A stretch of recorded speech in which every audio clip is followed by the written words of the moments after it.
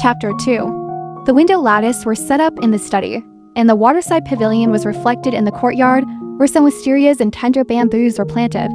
The sunlight penetrated through the carved wooden windows and shone into the room. The room was adorned with a faint scent of sandalwood.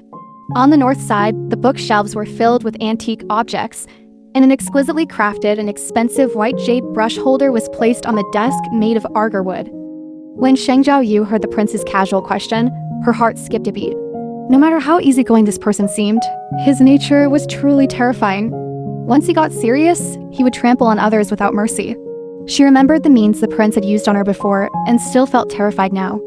Sheng Jiaoyu's face turned a bit pale as she reluctantly concealed the uneasiness in her eyes and said, "I got up late." Wei Jing was skeptical. His scrutinizing gaze slowly lingered on her face. It was really strange that he should also have a day of getting up late. Sheng Jiaoyu entered the palace to become his study companion at the age of 6. When he was studying in the Imperial Academy before, he got up earlier than the rooster every day and was always the first to arrive at the school. Except for the days when he asked for sick leave, he had never been late. Wei Jing gradually shifted his deep gaze to her waist and hips. He couldn't help frowning. The waist was so loose that the sleeves of her clothes were empty. How could a man have such a slender waist? He asked, "Does your butt still hurt?"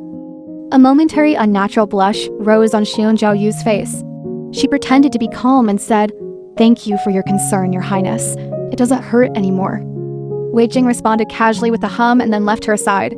The man slightly lowered his head and calmly dealt with official business. Sheng Jiaoyu's calves were numb from standing, and her knees were aching. Her delicate body was really too fragile. The gentle breeze blew and caused ripples. A strand of soft black hair slipped down to the side of her neck. She raised her hand to stroke her hair, causing her lapels to sway slightly. Her slender and fair wrist peeked out from the cuff, emitting a pleasant and refreshing fragrance with her every movement.